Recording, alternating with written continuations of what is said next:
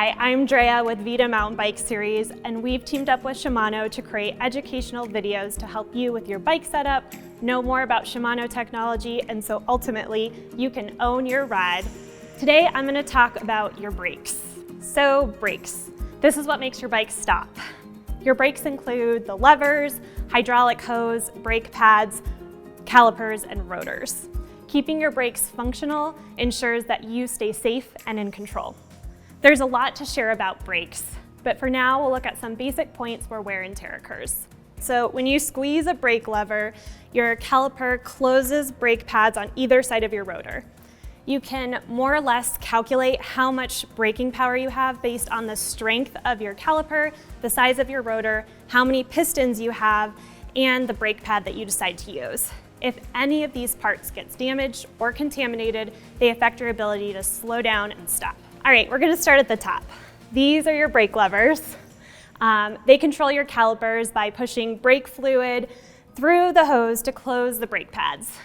The fluid should be bled periodically or when you feel kind of a squishy feeling when you pull your brake lever.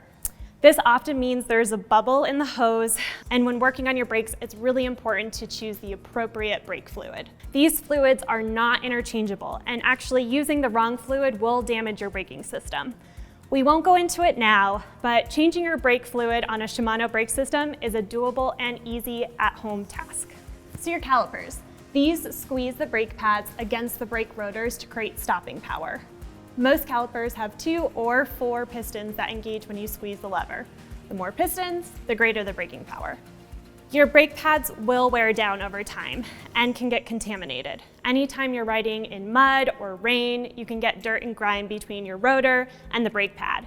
If your brakes start to squeal, it's most likely that they're dirty. Swapping out your brake pads is quick and easy.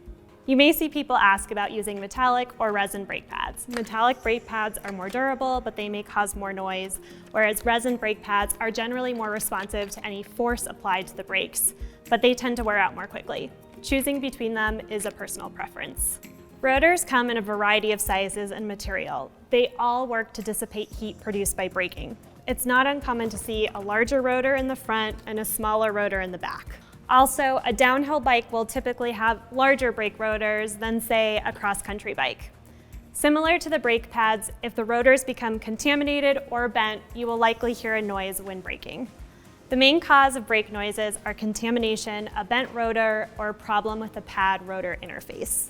Contamination like chain lube, brake fluid, oil from your fingers makes it harder for the pads to grip the rotor. Water can also cause your brakes to howl, but this should go away quickly. If this noise continues, bring your bike into your local bike shop and tell them you most likely have a contaminated or bent rotor and need your rotor cleaned or replaced and brake pads replaced. When you pick up your bike, make sure to ask if they've bedded in your brakes for you. If they haven't, they make noise because they haven't been broken in properly. The bedding process lays the proper amount of pad on the rotor to create an efficient brake feel. So today we just hit on the highlights of brakes. You can learn more by visiting the Shimano website or asking your local bike shop. Love this video? Like, share, and subscribe, and look for more videos from Shimano and VIDA Mountain Bike Series so you can own your ride.